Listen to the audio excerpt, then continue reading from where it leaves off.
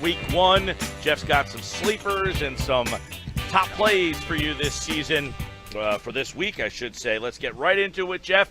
Welcome back for another year of fantasy football. Jeffrey, how are you?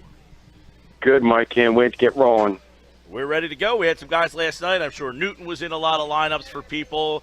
I don't know about too many. C.J. Anderson, maybe. Yeah, C.J. Anderson. But let's take a look at some of the guys that you could be playing for Sunday, Jeff. We'll start off with the quarterbacks. I want to get your opinion on a guy like Blake Bortles this year. Here's a guy that first year, last year really lit it up. Are you a Bortles fan this year? I am, and I think that Jacksonville's getting underrated right now. I think this matchup is very favorable for them. The high total against Green Bay. Jacksonville's a home dog, and they're used to coming from behind late and putting up points. So the points all count in every quarter. I think Bortles is going to get a couple touchdowns on Sunday. All right. Also, you look at Drew Brees just signed the contract extension. In real life, he might be very worthy, but is he still a fantasy guy that you play every week? He is, and I think the Saints in Oakland are going to score a lot of points this week as well. I think you're looking at another high-scoring affair. It's like both quarterbacks, both passing games. Drew Brees versus Derek Carr, like both of them right there. Hey, Stafford, no Calvin Johnson. Is he a fantasy play? He is, because Indianapolis defense is absolutely terrible. They're picking guys off the street for week one to put out there. They got another guy that banged up this week. There's questions on Golden Tate whether he can be a true wide receiver one, but both he and Marvin Jones are going to see a lot of targets and a lot of action this week. We got fantasy questions coming in for Jeff. We'll try to get your questions out as many as we can. We just want to get Jeff's opinion on a couple of the middle-tier players to see what you should do with them. How about Jameis Winston this year, coming into the year number 2? Is he a fantasy starter? I think he's a borderline starter. For me, he's a poor man's Cam Newton. I think he's got a lot of upside. He can run the ball in. They're finally working the tight end back in there, and he's got 2 good wide receivers. I like him this year. Remember, you can text your fantasy football questions to the Dubell Lumber text board, 403-0973. Got a text message question for you. How about Big Ben or Blake Bortles this week? Both are very good options. I would lean towards Big Ben just because I think they're going to throw the ball, and I think he's got a better back to throw to with D'Angelo Williams out of the backfield. All right, we'll go to the running backs here. A couple new running backs into the fantasy world this year. Let's see. How about Jeremy Langford in Chicago? No more Forte. That's a first-round fantasy pick the last couple of years. How about Langford in Chicago? I like his prospects, but I think that you got to look out for Howard, who's chomping at the bit to be right behind him. Let's see how he plays for a week or two before we get too rung up on him. I have him as a running back 2 right now. Who's the running back in Washington? Matt Jones is the hot name right now, but with him being banged up, you're looking at Robert Kelly as the guy. Not Chris Thompson used to be the guy. He's probably going to be the third down back, but Rob Kelly's the guy you go pick up and stash in their waiver wire. Are you buying the Lamar Miller hype? Yes, I am. I think Houston's going to be a much improved team. I like Osweiler. I like Nuke at the wide receiver. I think Will Fuller. That entire offense is going to move the ball, and that defense is going to shut people down. Are you buying the David Johnson hype? I think you can't go much higher than where he's at now. He's a top 3 running back for most people's lists. I think he's going to be solid.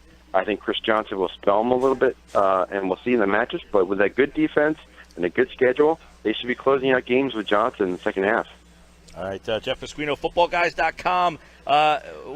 You like Bortles in Jacksonville? Who's the running back there, Ivory or Yeldon, that you should have? I think Yeldon, because they're going to be throwing the ball more, and he's more of a pass catcher than Ivory, so I like him more. In weeks where you think they're going to be leading in the second half, I would lean towards Ivory. All right, Jeff Pasquino, footballguys.com. Here on the Sports Bash, answering your fantasy football questions, ranking for week 1 of the NFL season. I got some people who want to know, who's the receiver that you covet the most in New England this year? I think you got to still have to go with Edelman, but if you're going to talk general receivers, I think the number 1 target is Gronkowski, and the number 2 is Martellus Bennett. Third is James White. Martellus Bennett, nice tight end out there for you. Man, they're going to go with a lot of tight end options out there. All right, Brandon Cooks, a lot of people drafting him in that Saints offense. Will he be the main target out there for there? Willie Snead, big target last year. I think they're just going to play spread it around and dump it off a lot. I think they added Fleener as a tight end, who's a little banged up. They're going to look to get a Spiller involved. Ingram's going to catch the ball more. Drew Brees loves one guy, whoever's open. All right, let's go with. Is this the year Sammy Watkins is finally a number one fantasy guy? I don't see it because I think Tyrod tucks it and runs too often, especially after his first read, and he's usually covered. Not that he drops back to throw much. I don't think they're going to throw a lot. I think Watkins might see 7 or 8 targets a week. You're still looking at about 4 or 5 catches. Not enough upside for a wide receiver one. Couple text messages. Jeff, is Chris Hogan a play this year? Chris Hogan, at New England, right? Yeah, I'm not buying into it. And even if you learn something the next 3 or 4 weeks, the quarterback's going to change back to Brady. So then everything is new. And then I don't trust Hogan at all. Jeff, pick 2 for Jeff here. Jeff, pick 2 for Jeff. Langford, Matt Jones, or Spencer Ware? Give me 2. I'm scratching Jones off of that. Ware's a must start. I'm going Langford. Jones is banged up. All right, Jeff Pasquino, footballguys.com. Give us a couple of sleepers and top plays for you this week. I think Ware has to be a must start. Running back, quarterback. Quarterback, I think you're looking at all the big names. Same for the wide receivers. Sleeper running back, Christine Michael could be starting. Tight end, Jesse James is getting a lot of action because they're banged up. And I like whoever's starting for Detroit. Looking at Marvin Jones is probably my top sleeper wide receiver this week. Ooh, all right. Anquan Boldin out there as well. He's Jeff Pasquino from the footballguys.com. Make sure you listen in every week. We'll be talking with Jeff at 3:30 on Fridays just because the start of the season. We're very packed today. We had a little, big schedule here, so we did Jeff a little earlier. But Fridays at 3:30 with the Fantasy Report with Jeff Pasquino from the footballguys.com. I think it's like 10 years running, Jeff. We're looking forward to it. Another year, pal.